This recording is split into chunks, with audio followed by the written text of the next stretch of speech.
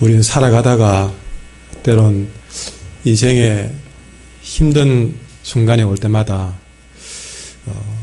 우리 너무나 쉽게 하나님이 왜 이러시는가 하는 그런 원망이 나올 때가 있습니다. 저도 그게 별반 차이가 없습니다.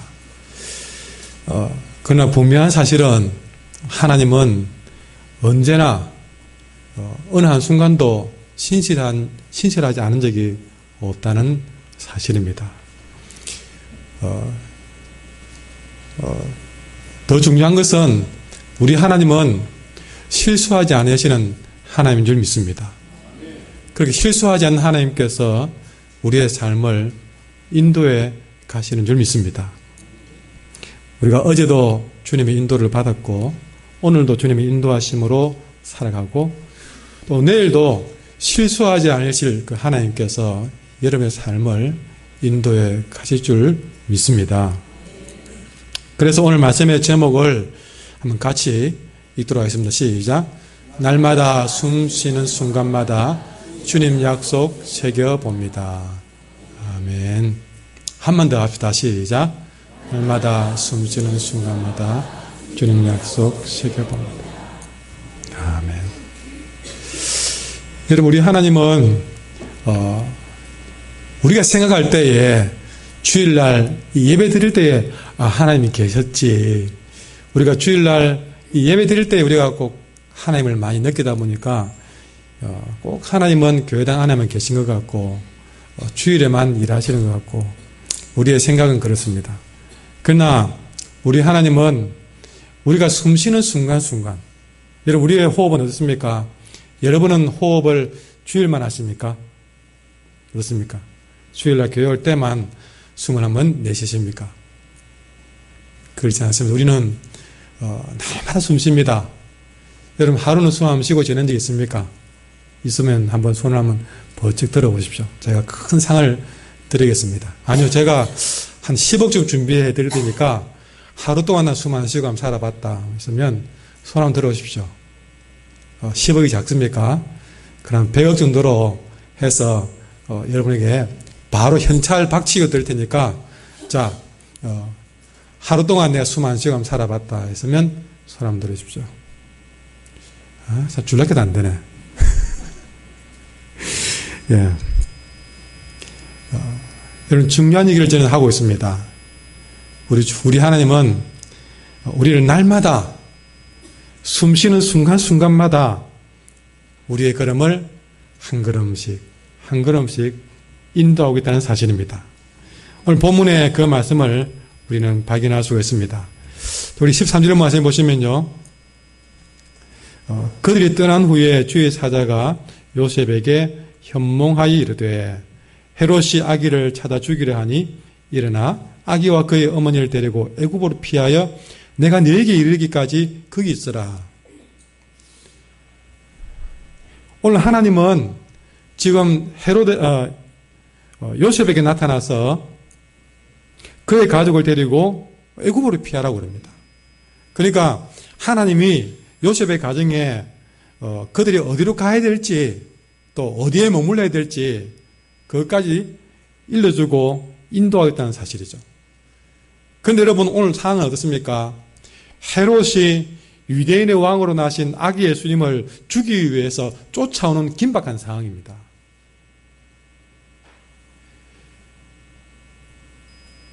분명히 오늘 말씀에도 헤롯이 아기를 찾아서 죽이려고 하니까 그렇게 얘기합니다.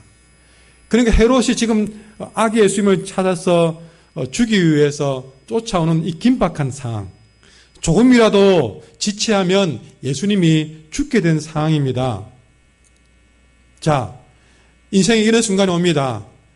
어떤 순간입니까? 때론 떠나야 될지 있어야 될지 해야 될지 말아야 될지 우리가 이런 순간을 맞이하게 됩니다.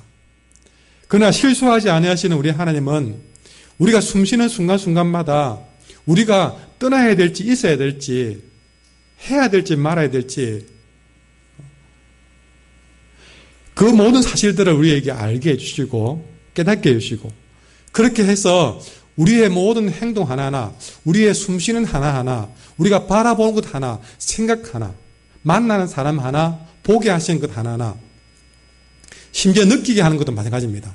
늘 보아도 느끼지 못하는 것들을 어느 날은 느끼게 하시고, 내가 몇십 년을 지나다니도 보지 못했던 것들을 늘 다니던 길이었는데 안 보였던 거예요. 그러나 어느 날 그것이 유독 눈에 보이게 하시다. 이런 보이지 않는 크고 작은 일 하나하나 섬세하게 한 걸음 한 걸음씩 여러분 주님 보게 하시고 깨닫게 하시고 느끼게 하셔서 우리의 가는 걸음을 인도하신다는 사실입니다. 그런데 문제는 우리 인간이 교만할 때에 그렇게 하나님 보게 하시는 것들을 못 본다는 사실입니다. 특히 교만해지면요, 떠나야 될 때, 있어야 될 때를 잘 모릅니다.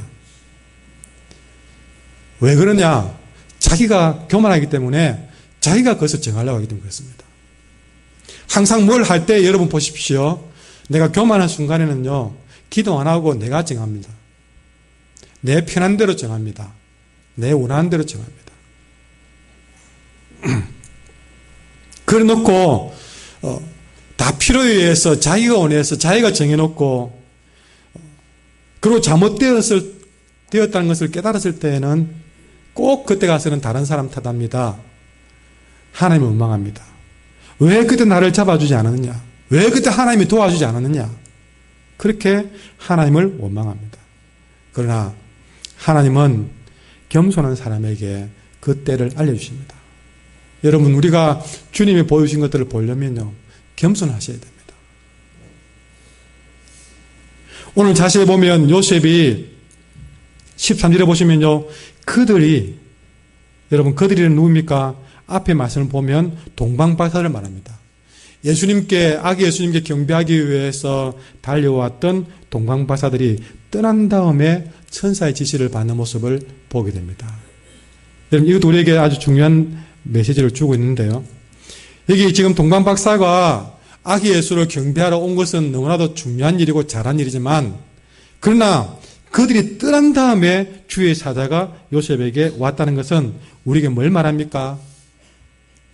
여기 동방박사들, 그들 가야 될 사람은 가야 한다는 것입니다. 왜냐? 그들이 떠나야만이 요셉이 지금 지시를 받게 되는 그렇습니다. 만약에 이들이 계속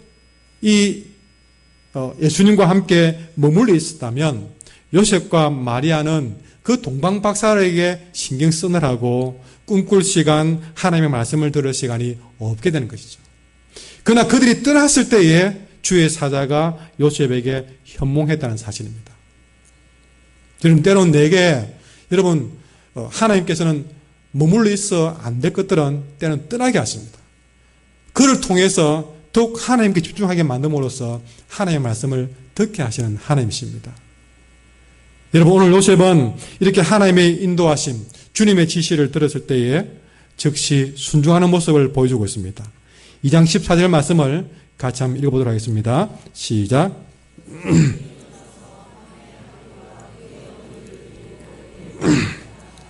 아멘. 동방박사가 떠나고 주의 사자가 요셉에게 현몽해서 애굽으로 가라고 지시할 때에 여러분, 요셉은 일어나서 밤에 아기와 그의 어미를 데리고 애굽으로 떠났다고 했습니다. 여러분, 여기서 밤이라는 말은요, 그가 하나님께 지시를 받는 순간에 일어나서 움직였다는 것을 시간적으로 말해주고 있는 것입니다. 아기와 여자를 데려가면서 여러분, 대부분 다 그 밤에 꿈을 꾸었다면 그 다음에 일어나서 아침이 되어서 떠나는 것이 기본이지만, 그러나 밤임에도 불구하고 출발했다는 것은 요셉이 즉시 순종했다는 뜻입니다. 우리가 살아가면서 우리가 만나는 가장 무서운 마귀가 뭔지 아십니까? 아주 밤에 막 우리의 꿈에 나타나서 우리에게 겁을 주고 두려움을 주는 그런 마귀가 무서운 게 아닙니다. 우리가 진짜 인생에 무서워해야 될 마귀는 따라합시다. 차차 마귀. 차차 마귀. 예. 추워서 차차 마귀가 아닙니다. 차차 미뤄서 하자. 여러분, 우리가 만나면 안 될 마귀가 바로 차차 마귀입니다. 왜냐하면 즉시 순종하는 사람하고 나중에 차차 순종하는 사람하고는 완전히 그 인생의 끝이 다릅니다. 사실 우리가 훨씬 더 멋지게 믿을 사람인데 죄송하지만 이 정도밖에 못된 것은요, 그놈의 차차마귀를 많이 만나서 그렇습니다.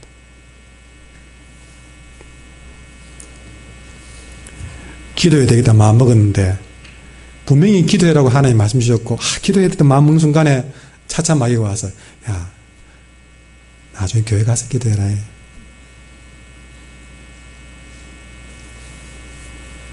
전도하려고 마음먹었는데 야 돈 좀 벌고 해라.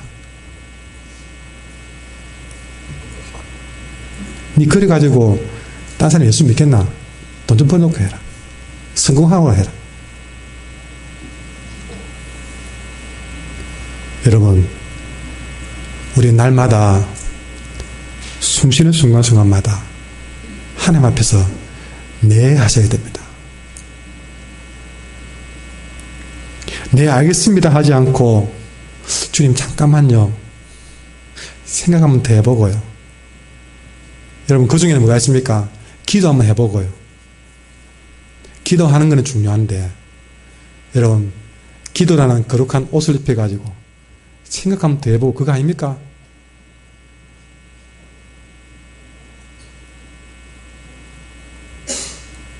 너무나 우리 삶에 핑계가 많습니다. 하나님이 다 알고 그때 감동을 주셨는데 여러분 감동 주실 때가 그때가 때입니다. 근데 우리는 어떻습니까?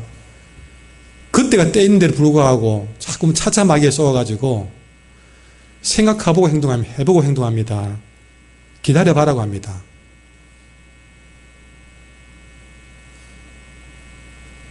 왜 그렇게 핑계가 많을까요? 이유는 딴 데 있지 않습니다. 나에게 있습니다. 내 생각이 아직 있어가지고 내 계획이 있어가지고 내 시간표가 있어가지고 그것 때문에 주님의 생각을 차차로 미루는 겁니다. 마귀는 딴 데 있는 게 아니고 여러분 안에 있습니다.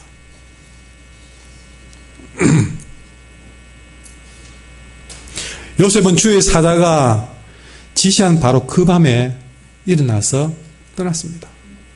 즉각 순종했다는 것입니다. 오늘 이렇게 말해도 또 이런 마음에 차차마귀가 찾아가가지고 또 그놈의 차차병에 걸릴지 모르겠습니다. 여러분 오늘 이 요셉의 즉각적인 순종은 예수님을 살리는 순종이었고 온 인류를 살리는 순종이었다는 사실입니다. 그 작은 순종이 무슨 큰일을 하겠습니까? 여러분 우리의 작은 순종은 하나님이 쓰시면 온 인류도 살려놓을 수 있는 순종이 될 수 있다는 사실을 아셔야 합니다. 더 나아가서 요셉이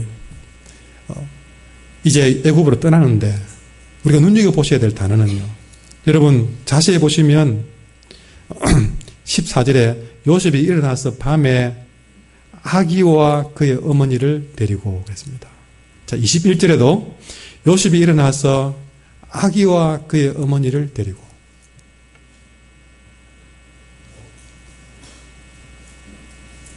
이 작은 표현이지만 하나님은 이유가 있어서 이렇게 기록을 해놨습니다. 아기와 그의 어머니를 데리고 두 번이나 반복하고 있습니다.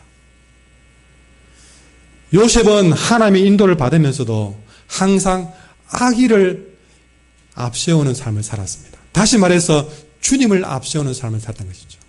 그에게는요 사랑하는 마리아가 있습니다. 여러분 요셉은 마리아를 진심으로 사랑했던 사람입니다. 그러나 그의 아내가 아무리 사랑스러운 말이었다 할지라도 그럼에도 불구하고 아기를 앞세우는 삶을 마리아보다 앞세우는 삶을 살았다는 것을 오늘 본문에 보여주고 있습니다. 분명히 마리아가 우선일지 모릅니다. 그러나 그보다 아기 예수가 더 중요했다는 사실이죠. 왜냐 요셉은 구세주로 오실 예수님을 알기에 늘 그의 삶에서 그에게 제일 어린 아기지만 그러나 그의 삶에서 가장 중요한 아기로 앞세우는 삶을 살았습니다. 여러분 항상 내 가정과 내 남편과 내 아내와 내 자식이 문제가 아니라 주님이 먼저인 삶을 살아야 될 줄 믿습니다.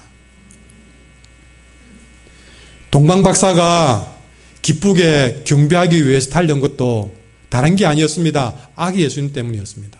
심지어 악인 헤롯이 두려워했던 것도 다른 게 두려운 게 아니었습니다. 아기 예수가 두려웠습니다.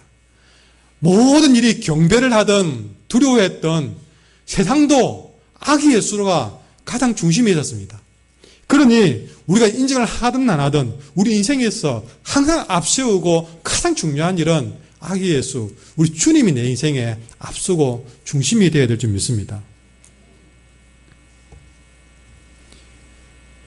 이런 요셉의 삶에서 아기 예수를 앞세우는 이 모든 삶에서 오늘 하나 발견할 수 있는 특징이 뭐냐면 우리 하나님의 인도하심은 철저하게 질서에 따른다는 사실입니다.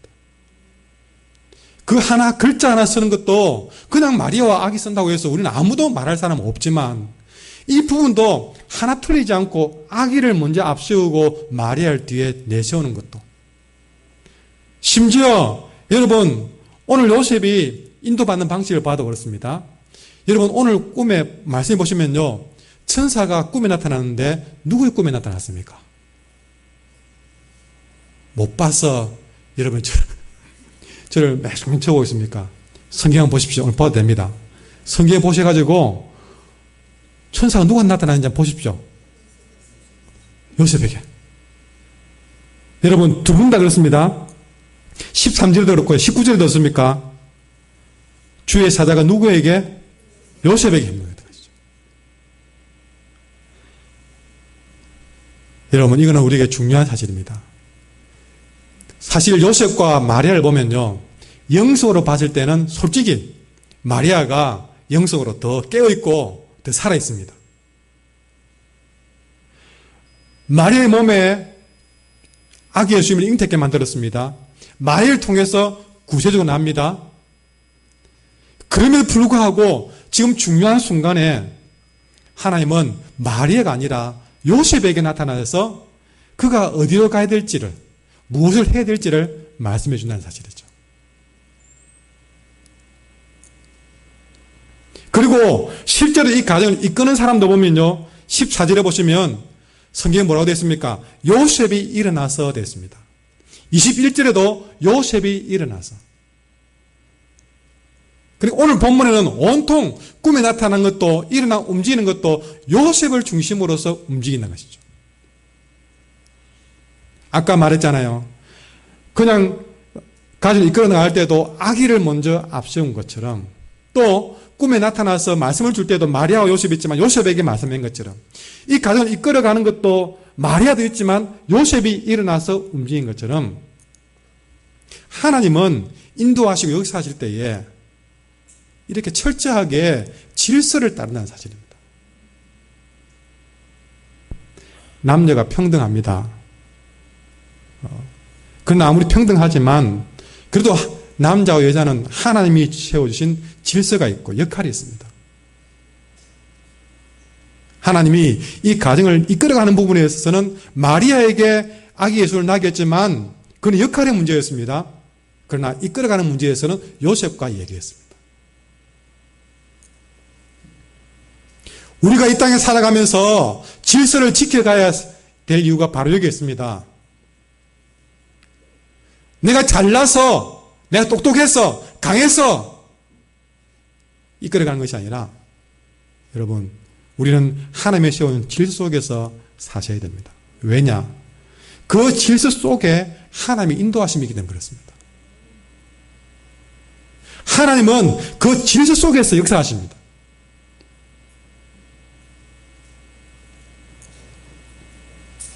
한 가정에서도 남편의 역할을 가장의 역할로 세워주는 이유는 바로 거기에 있습니다. 내가 너무 신랑 좋다고 함부로 하지 마십시오. 그건 똑똑한 일이 아닙니다. 질서 속에서 역사하시는 하나님을 볼 수 있어야 됩니다. 죄송하지만 목사가 여러분보다 나아서 목회를 하는 게 아닙니다. 하나님의 교회 속에서는 질서가 있기 때문에 이 질서를 통해서 하나님은 제가 부족하더라도 하나님은 저에게 말씀을 주시고 이 말씀을 숨기게 하십니다. 이것은 진리 속에서 역사하고자 원하시는 하나님의 뜻이 있는 것이죠. 하나님은 이렇게 하루하루의 삶에서 때를 따라서 역사하시고 또 질서를 따라서 한 걸음씩 한 걸음씩 우리를 인도하시는 사실을 기억하셔야 될 줄 믿습니다. 더 나아가서 우리 하나님이 인도하시는 방식에서요, 하나님 우리에게 말씀을 주시고 그리고 그 말씀을 이루어가는 방식으로 우리의 삶을 인도하고 계심을 여러분 믿으시기 바랍니다. 오늘 본문의 말씀 15절에 보시면요, 자 15절 말씀 같이 한번 읽도록 하겠습니다. 시작. 헤롯이 죽기까지 거기 있었으니 이는 주께서 선지자를 통하여 말씀하신 바 애굽으로부터 내 아들을 불렀다 함을 이루려 하심이라. 아멘. 오늘 본문에만 하더라도 말씀을 이루려 한다는 말씀이 3번이나 나옵니다. 아까 읽었던 15절에 나오고요, 18절에도 함을 이루어졌느니라, 23절에도 이루려 함이라. 순간순간마다 말씀을 이루고 있는 사실을 우리는 보게 됩니다.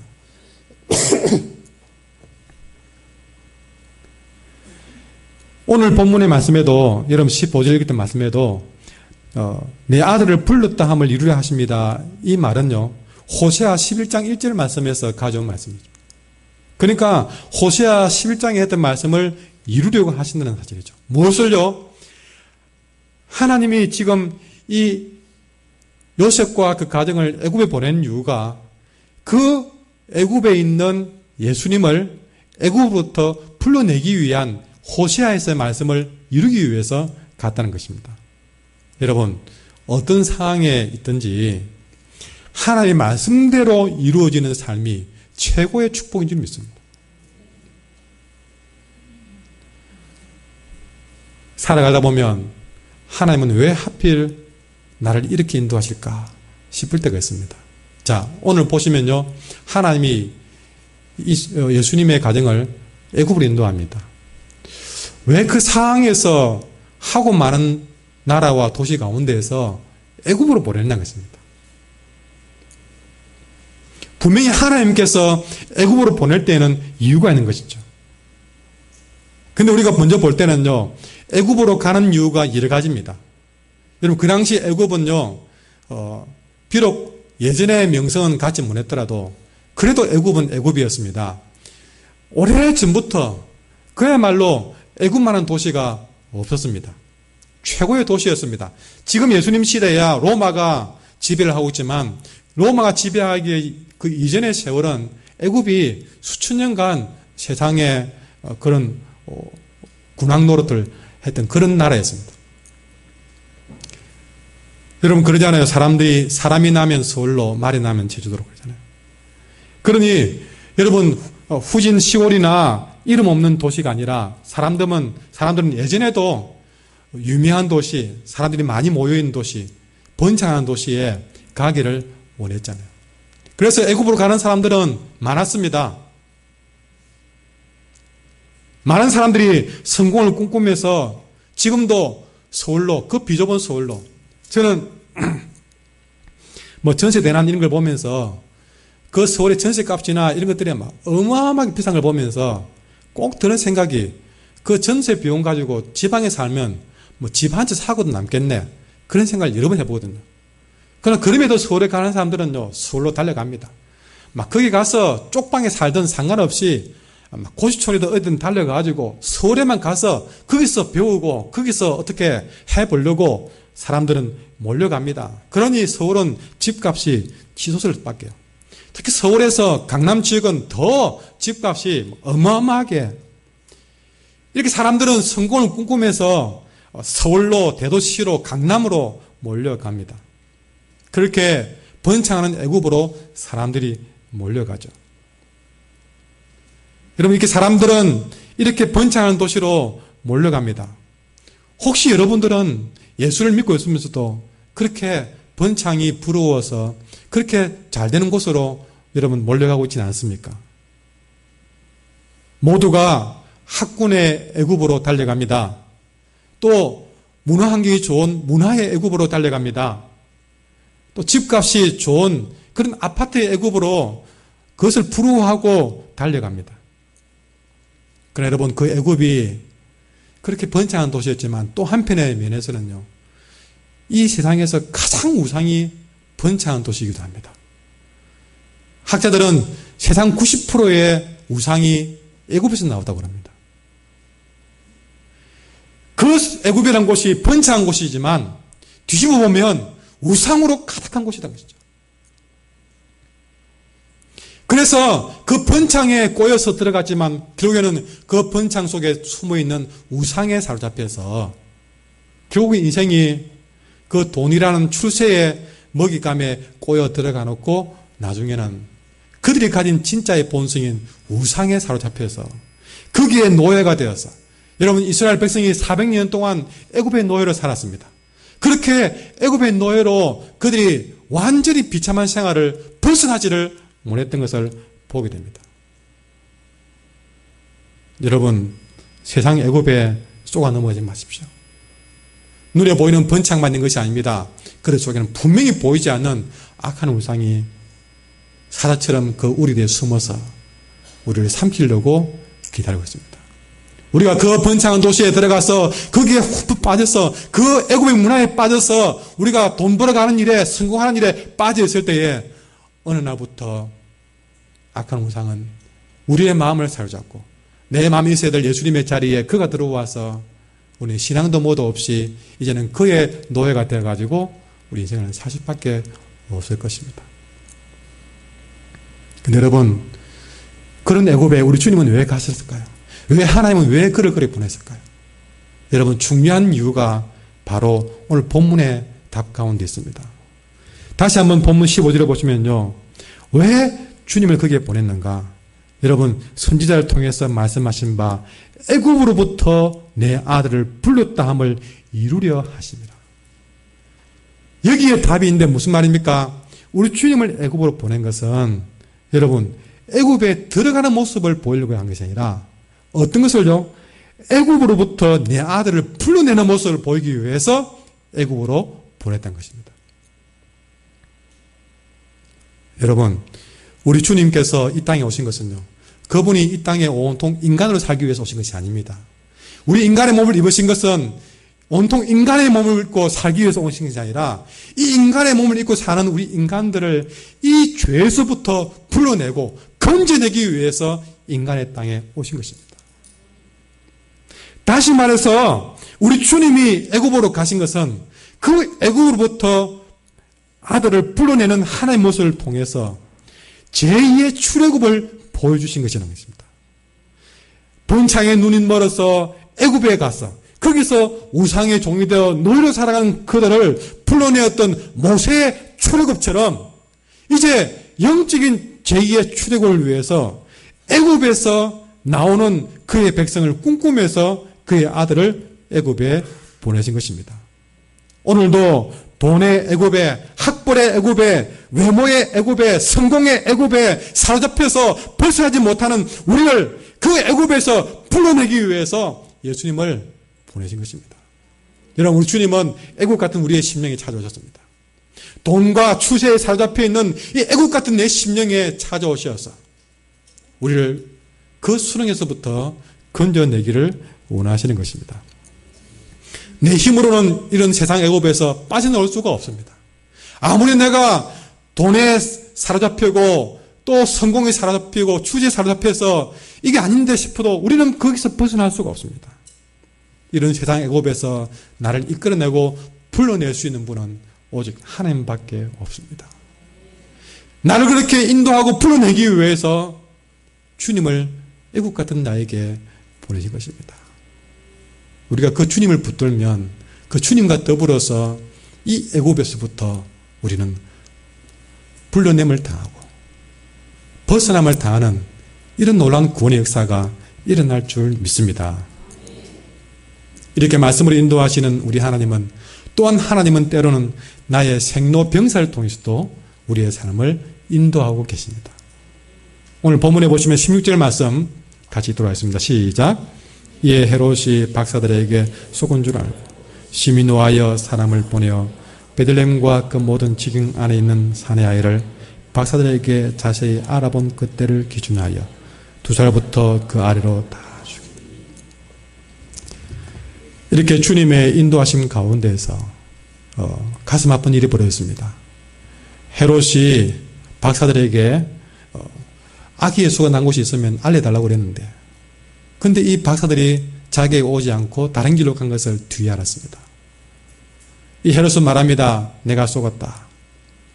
그러면서 노하게 됩니다. 여러분, 악한 사람의 특징이 나타납니다. 악한 사람들의 특징은요, 자기가 저지른 잘못에도 늘 상대방을 탓합니다. 헤롯은 자기가 동방박사를 속이지 않았습니까? 속여서 이렇게 자기가 경배하는 것처럼 속여 놓았습니다. 그런데 이제 와서는 자기가 속았다고 얘기합니다. 실제 속이기는 자기가 속여놓고 말로는 자기가 박사들에게 속았다고 표현을 하죠. 여러분 주변에도 그런 사람 많습니다. 다 지가 잘못해놔놓고 항상 말 들어보면요, 남 탓합니다. 그러나 악인은 그래 살더라도 의인은 어떻게 합니까? 내가 속아도 오히려 내가 죄인이라고 자기가 회개합니다. 그러나 속이고 또 속았다고 하면서 늘 남 탓하는 것은 악인의 특징입니다. 여러분은 남을 속였다가 도리어 속임을 당한 적이 없습니까? 여러분, 속이는 것도 또 속은 것도 다 내 욕심 때문에 그렇습니다. 그러니 우리 모두가 속인 사람도 속인 것도 또 속임을 당한 것도 다 우리가 회개해야 될 일입니다. 근데 여러분, 욕심 때문에 그랬다고 그랬는데, 여러분, 이 인간의 욕심이라는 게 얼마나 무서운지, 아기 예수가 났다고 그랬는데 이제 그 아기 예수에 대해서 어떤 다른 방법이 없으니까 이 아기 예수를 두려워한 헤롯이 어떻게 합니까? 베들레헴 근방에 2살 아래 남자들은 다 죽이려고 합니다.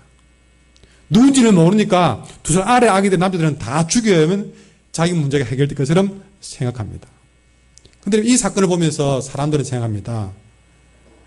심지어는 아기 예수가 안 태어났으면 이 아이들이 안 죽었을 건데, 그런 평가를 하는 사람들이 있습니다. 인간으로 보면 그런 생각을 할 수 있습니다. 그래서 사람들이 예수님 때문에 이 아이들이 죽었다라고 그렇게 생각합니다. 그럼 우리는 이 아이들 죽음을 보면서 오늘 우리의 삶을 돌아보셔야 됩니다. 어떻게 해요? 이 아이들의 죽음은 결단코 불행하거나 헛된 죽음이 아니라는 사실입니다. 첫째는요, 이 아이들의 죽음을 통해서 이 시대가 얼마나 악한지를 우리에게 보여주고 있습니다. 이 아이들은 잘못이 없습니다. 그러나 이 아이들은 죽음에 했습니다. 헤롯의 욕심을 내서 이들은 아무 이유 없이 죽음에 했습니다. 이것이 바로 이 시대의 모습이었습니다. 자기 욕심을 위해서 무엇이든 이 아이의 생명이 죽어도 아깝지 않게 여기는 이런 악한 시대였습니다. 지금 이 시대는 마찬가지입니다. 아무렇지도 않게 사람을 죽입니다. 사기를 칩니다. 속입니다. 이런 사건들은 여러분, 이 시대가 얼마나 악한지를 보여주고 있습니다. 무엇보다 이 아이들의 죽음은요, 헛된 죽음이 아닌 이유는 이 아이들의 죽음은 나중에 훨씬 더 많은 생명을 구원하는데 하나님이 쓰고 있다는 사실이죠. 하나님이 그들의 죽음을 헛되지 않도록 만들어가고 있다는 사실입니다. 만약에 헤롯이 죽인 것으로 끝나버렸다면 얼마나 그것은 불행하겠습니까? 그러나 악한 헤롯이 망쳐놓은 이 사건을 하나님은 오히려 더 좋은 많은 생명들을 살리는 사건으로 만들어가고 있다는 사실이죠. 근데 여러분, 여기서 우리는 더 주목해 봐야 될 사건은요, 이 아이들의 죽음보다 더 불행하고 더 슬픈 것이 뭐냐는 것입니다. 여러분, 이 아이들이 이유 없이 죽은 것도 불행한 게 보일지 모르지만 이보다 더 불행하고 더 슬픈 것은요, 우리의 죽음과 내 자녀의 죽음이 예수님과 전혀 상관이 없다는 것이 우리는 더 불행한 사건이라는 거죠.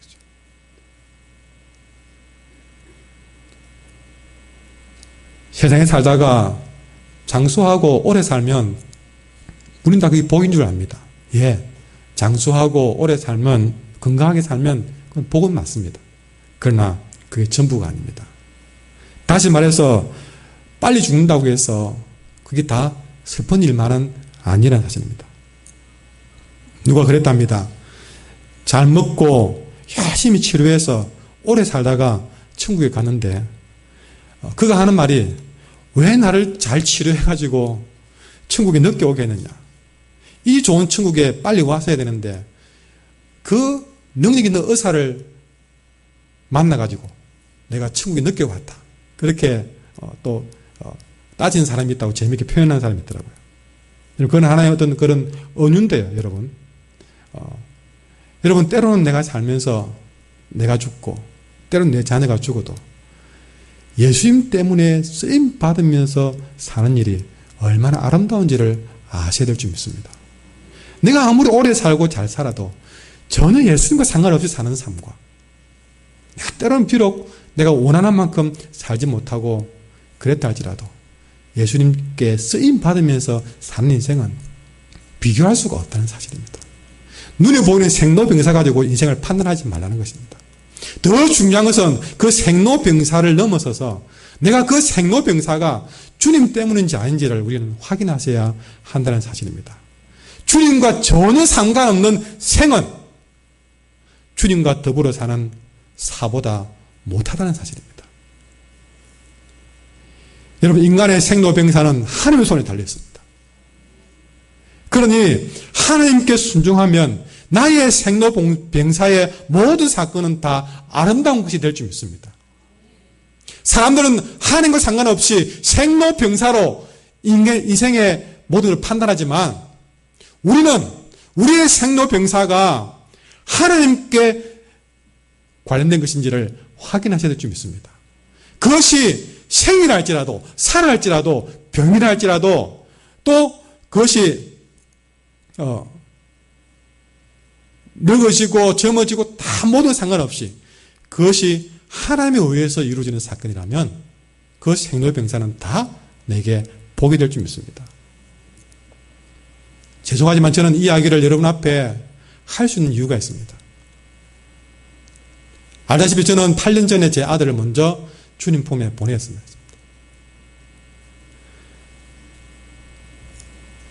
생각해보면 그 준혁이의 죽음이 내게는 너무나 갑자기 다가온 것이고 가슴 아픈 일이고 지금도 어쩌면 생각만 나도 가슴 아픈 일이지만 그러나 그럼에도 불구하고 감사한 것은 그 아이의 죽음 때문에 많은 사람들이 주님께 돌아왔다는 사실, 그것이 그 아이의 죽음을 아름답게 만들어주고 있는 것입니다. 끝까지 믿지 않았던 제 부모님, 그리고 저희 처갓집의 식구들, 그전까지만 하더라도 제가 저희 어머니께 전화 받은 것은 10월 달만 되면 종하나 우리 집에 못 사는데 제가 한길교회 와서 담임할 때입니다. 모사제로 갈래? 그런 전화가 왔습니다. 말도 안 되는 전화를 받아야만 했습니다.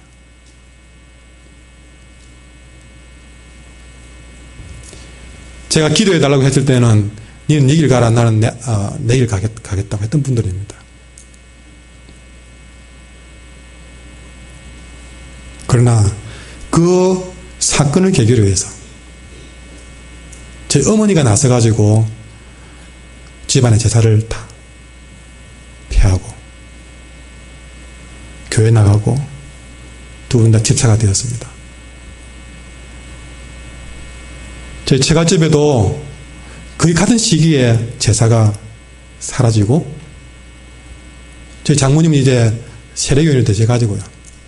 지금 가면 하시는 말인 것입니다. 내가 왜 빨리 교회를 못 나왔던 거 그럽니다.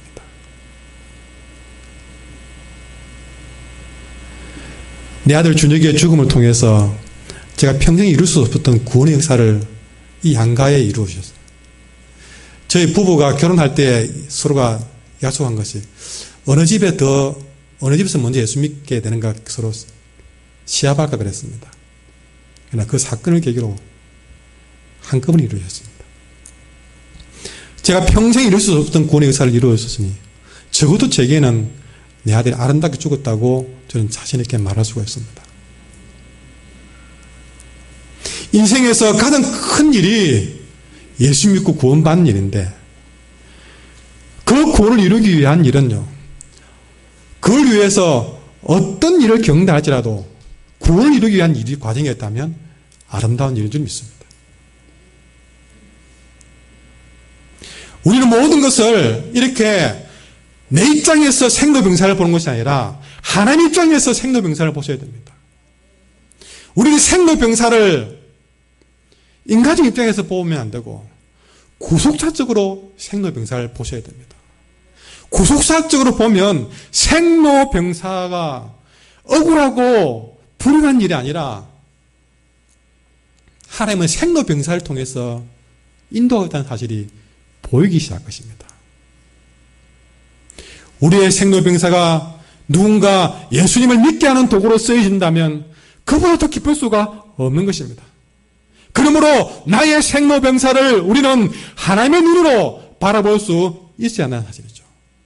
하나님의 눈으로 바라볼 때의 분명한 사실은 하나님은 한순간도 실수하시는 분이 아니라는 사실입니다.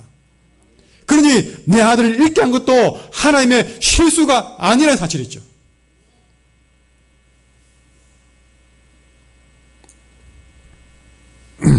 그러니 오늘 헤롯에서 많은 아이들이 죽어나왔지만 이것도 하나님의 실수가 아니라는 사실입니다. 하나님의 입장에서 구속사적으로 이 사건을 봤을 때에 이 모든 사건을 통해서 예수님이 온 인류를 구원하기 위한 일로 만들어 가심을 보여주는 것입니다.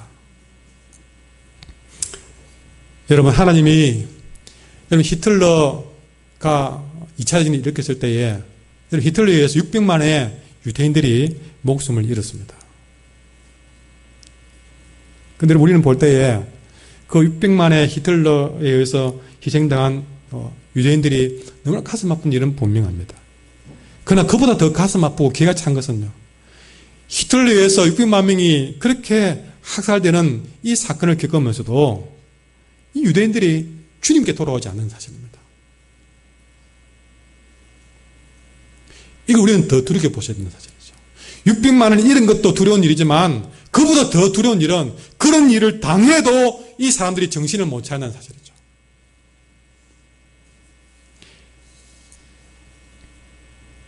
이렇게 유대인들이 이런 큰 사건을 당해도 예수를 안 믿고 안 돌아온 것을 보면요, 아무리 망하고 죽어도 결국에는 안 믿을 사람들이 있다는 것을 보여주고 있습니다.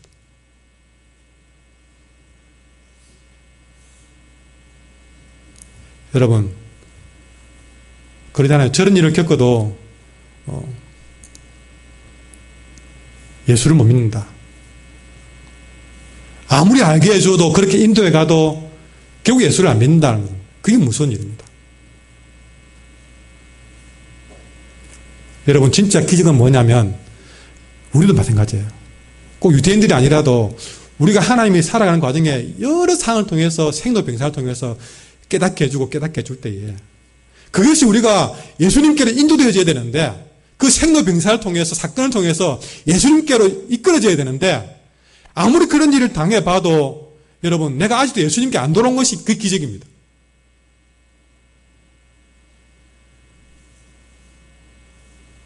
여러분, 하나님이 생로병사를 통해서 말씀하실 때 돌아오셔야 됩니다. 어디로요? 예수님께 돌아오셔야 됩니다. 그래야 그 생로병사가 아름다운 사건으로 바꾸어지는 것입니다.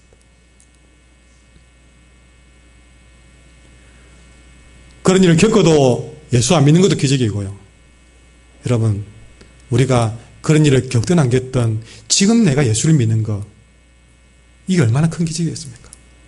아무리 그래도 예수 안 믿는 사람이 저렇게 많은데 이렇게 우리가 예수를 믿고 있잖아요. 생각해보면 얼마나 큰 기적이 내게 일어났는지 모릅니다. 내가 예수님께 와 있다는 사실은, 어떤 과정으로 왔든지 내가 지금 예수님 믿고 있다는 사실은 기적 중에 기적인 줄 믿습니다. 내가 잘 살아서 예수님 믿었던, 못 살아서 예수님 믿었던, 환난이 있어서 예수님 믿었던, 막 그냥 예수님 믿었던, 미는 집에 태어나서 예수님 믿었던, 핍박 받다가 예수님 믿었던, 그 과정은 떠나서 결과적으로 내가 예수님을 믿고 있다는 사실이 우리는 지금 가장 크게 기뻐해야 될 가장 큰 복을 받았다는 사실입니다. 이런 과정을 통해서, 이 사건을 통해서 특별히 하나님은 우리에게 자식 우상에 대해서 경고를 하고 있습니다. 여러분, 오늘 이 베들레헴의 2살 이하의 아이들이 헤롯에 의해 죽게 되었을 때에 여러분 17절 18절에서 이런 말씀을 주고 있습니다. 이에 선지자 예레미야를 통해서 말씀하신 바 라마에서 슬퍼하며 크게 통곡하는 소리가 들리니 라헬이 그 자식을 위하여 애곡하는 것이라. 그가 자식이 없으므로 위로받기를 거절하였도다 함을 이루어졌느니라. 헤롯이 2살 이하의 아이를 학살하는 이 사건으로 말미암아서 예레미야가 말씀하신 것이 이루어졌다고 말했습니다. 그 예레미야 31장 15절에 보면요, 라마에서 슬픈 소리가 들리는데 그것은 바로 라헬이 자식을 잃고 우는 소리였다. 이 예레미야 예언은 사실은 우상숭배하다가 바벨론에 잡혀갈 때에 이스라엘이 겪어야 했던 그것을 라헬의 슬픔으로 표현하고 있습니다. 우상숭배하다가 이런 라헬의 슬픔을 당한다는 것을 예레미야가 지적하고 있는 것이죠. 여러분,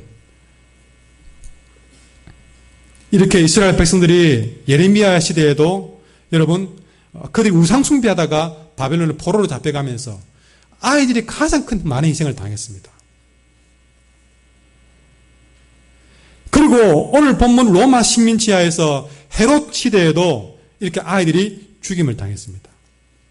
그런데 여러분, 이런 계속된 아이들의 사건을 보면서 여러분, 가장 어려운 시기에, 특별히 그들이 어떤 시기에 이런 일이 벌어졌습니까? 우상숭배하는 시기에, 가장 악한 시대에 가장 큰 희생을 당한 사람이 바로 아이들이라는 사실입니다. 그런데 여러분, 우리가 왜 이런 일을 겪어야 되느냐? 사람들이 여러분 가장 많이 의존하는 우상이 뭐냐면 바로 자식 우상입니다. 힘들면 힘들다고 아이에게 희망을 겁니다. 내가 어렵게 살았다고 아이에게 모든 투자하면서 네가 우리 집의 기둥이다. 내가 네만 보고 산다. 우리가 교회를 다니면서도 예수를 믿으면서도 우리는 어떻게 얘기합니까? 그 아이에게 네만 보고 산다. 네만 잘 되면 된다. 어제도 공부 열심히 해라. 힘들면 힘들다고 아이에게 기대를 걸고 아이를 우상으로 만들어버립니다. 환경이 좋으면 좋다고 어떻습니까? 그 아이 하나 키우면서 뭐든 하고 싶은 대로 해라. 너에게는 엄마 아빠 있지 않니? 그것도 그 아이가 우상이 되는 것이죠. 공부시킨다고 교회 안 옵니다. 주일 안 합니다. 모두가 다 아이 키운다고 어쨌든 아이들 잘 되기만 바란다고 하면서 그 아이보다 하나님이 등한시되고 2번, 3번으로 밀려버리는, 그렇게 우리는 우리 아이들을 우상으로 만들어가고 있습니다. 놀랍고 무서운 사건은요, 우리가 그렇게 아이들을 우상으로 만들어가는 순간 하나님은 우리가 우상으로 삼았던 그 자식들이 우리의 잘못된 그런 행위를 통해서 희생을 당하고 있다는 사실이죠. 내가 우상으로 삼았던 그 아이가 결국에는 어긋나게 하십니다. 그 아이가 어긋나는 이유는 부모의 탓입니다. 내가 그 아이를 우상으로 삼았기 때문에 그 우상 같은 아이를 하나님은 어긋나게 하십니다. 나중에는 그 아이에게 핍박받게 합니다. 내가 우상 삼았던 그 아이로 인해서 고통을 당하게 하십니다. 특히 한국 사회가 얼마나 우리 아이들, 자식들을 우상으로 만들어가는지. 우리 자녀를 영의 자식으로 키우지 않았기 때문에, 육신의 자식으로 키워내기 때문에 이 육신의 자식들이 바벨론의 포로로 잡혀가는 겁니다. 바벨론 같은 돈의 포로로 잡혀가는 겁니다. 음란의 포로로 살아가는 겁니다. 우리가 이 아이를 영의 자식으로 키워놓지 못하기 때문에 이 육신의 자식들이 결국에는 이렇게 죽임을 당한다는 것을 알아야 됩니다. 그러니 육신의 자식이 죽어서가 아니라 우리는 이 라헬이 뭐 때문에 애곡했습니까? 라헬이 그 자식을 위해서 애곡하는 것이라. 그가 자식이 없으므로 위로받기를 거절했다. 어떤 자식이 없었습니까? 육신의 자식이 없어가 아닙니다. 여러분, 이 라헬에게는요, 요셉도 있었고 베냐민도 있었습니다. 그런데 그런데 자식이 없어서 유럽하기를 거절했던 것이죠. 여러분, 중요한 것은 라헬의 자식 요셉과 베냐민은 예수님의 계보를 잊지 못했습니다. 요셉은 성공했습니다. 그런데도 불구하고 예수님의 계보를 잊지 못했습니다. 아니, 라헬이 아니라 오히려 레아의 아들 유다가 예수님의 조상이 되었습니다. 내 자식이 잘나고 못났어가 인생을 판가름 지는 게 아니라 아무리 육의 자식이 잘 되어도 영의 자식이 없으면 그런 위로받을 길이 없다는 사실입니다. 우리가 살아가면서 그 아이들을 우사로 만들어서 육신의 자식으로 만들어 놓으면 우리는 위로받을 길이 없습니다. 우리의 자녀들을 육신의 자녀가 아니라 영의 자녀로 만들어 놓아야만이 우리는 그들을 통해서 예수님의 계보를 잇고 믿음의 계보를 이어갈 수 있는 것입니다. 그 자녀들이 잘못 나가는 것은 여러분이 그 아이 앞에 너가 왜 그래 사니라고 하는 것이 아니라 내가 잘못 살았다고 회개해야 될 일입니다. 내가 너를 뻔나게 만든 것은 바로 내 죄 때문이다. 통곡하고 가슴 쳐야 될 일은요, 그 아이 때문이 아니라 내 때문에 애곡하셔야 됩니다. 이 말을 들어 역시 여러분은 육신의 자녀로 키워낼지 모르겠습니다. 자주우상 만들지 마세요. 그 자녀를 불행하게 만드는 지름길입니다.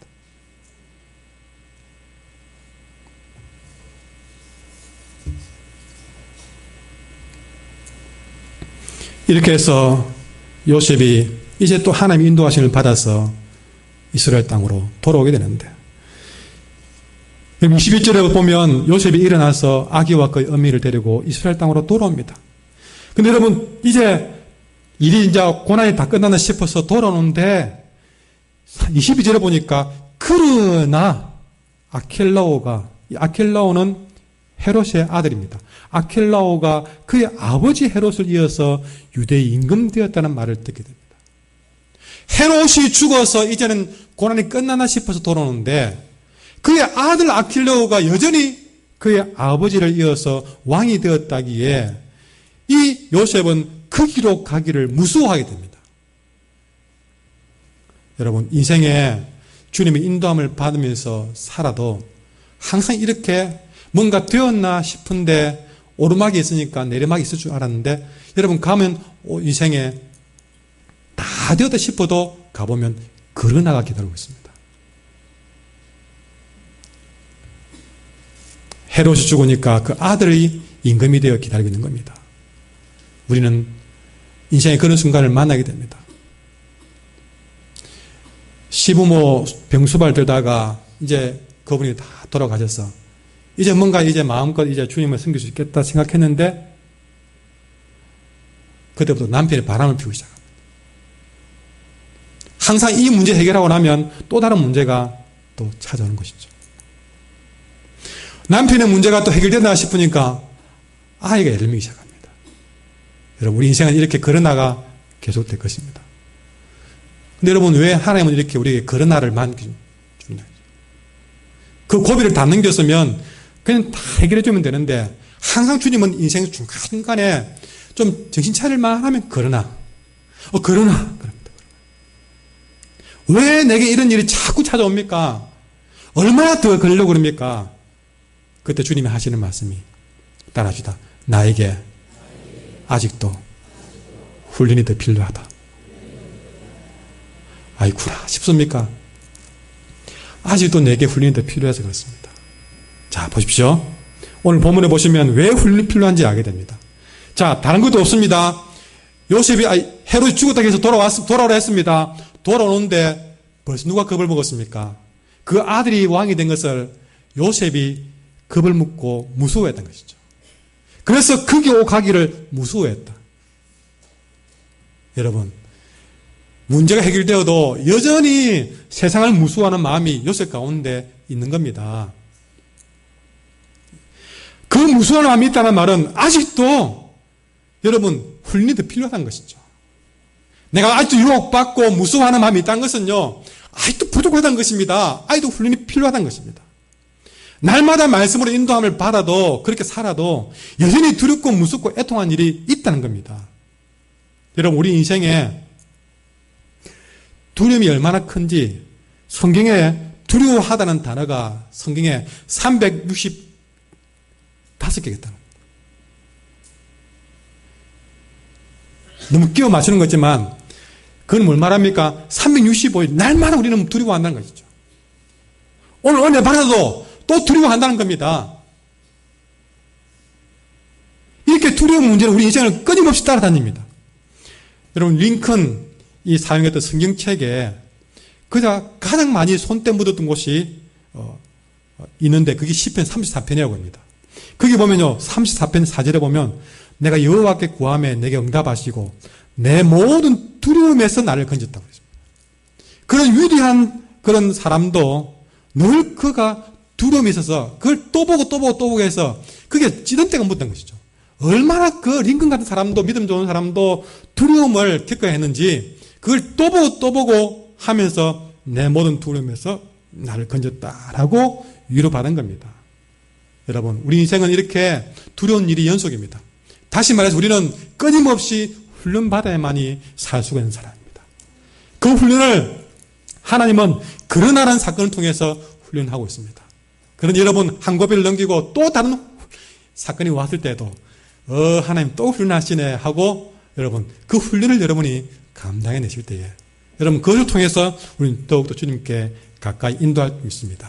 마지막으로 주님은 항상 우리를 인도하시되 나를 더 낮은 자리로 인도한다는 사실을 기억하시기 바랍니다. 오늘 이렇게 그가 두려워서 피했을 때에 22절 마지막에 꿈에 지시함을 받는데 여러분 어떻게 지시하느냐? 갈릴리 지방으로 가라.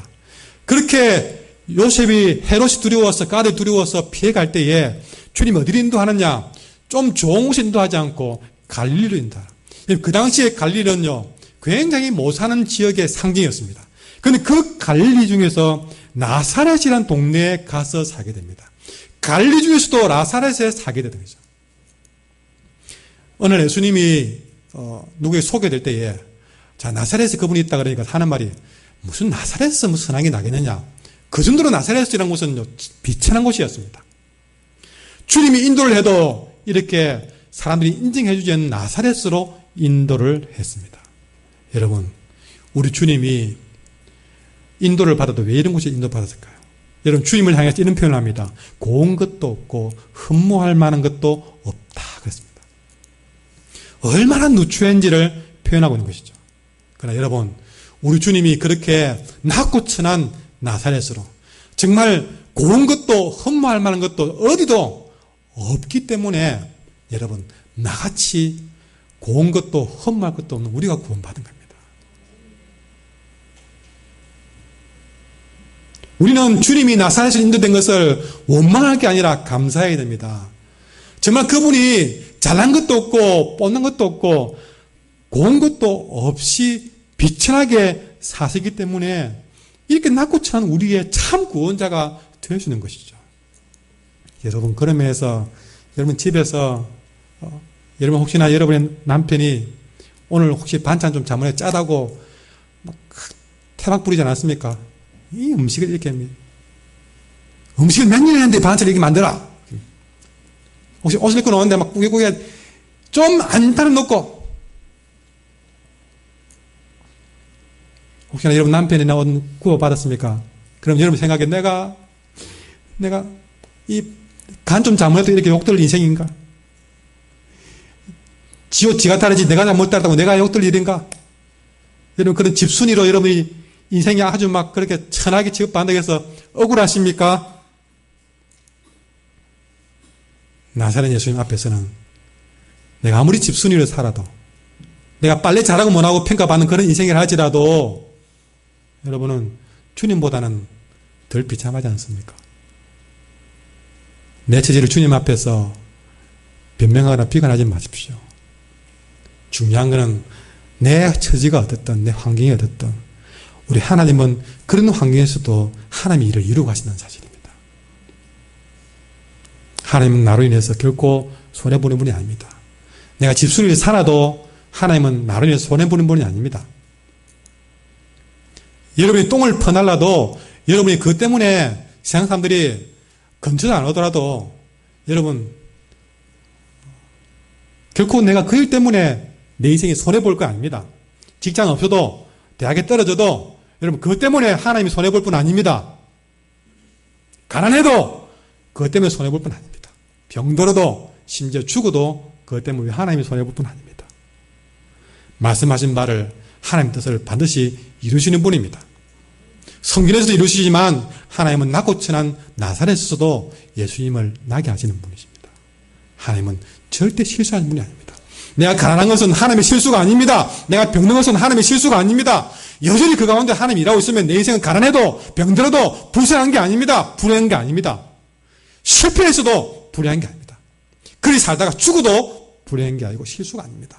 하나님은 실수하는 분이 아니기 때문에 그렇습니다.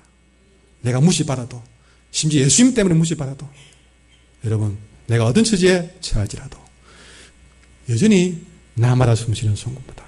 그 순간에도 주님 약속 새겨보셔야 될 줄 믿습니다.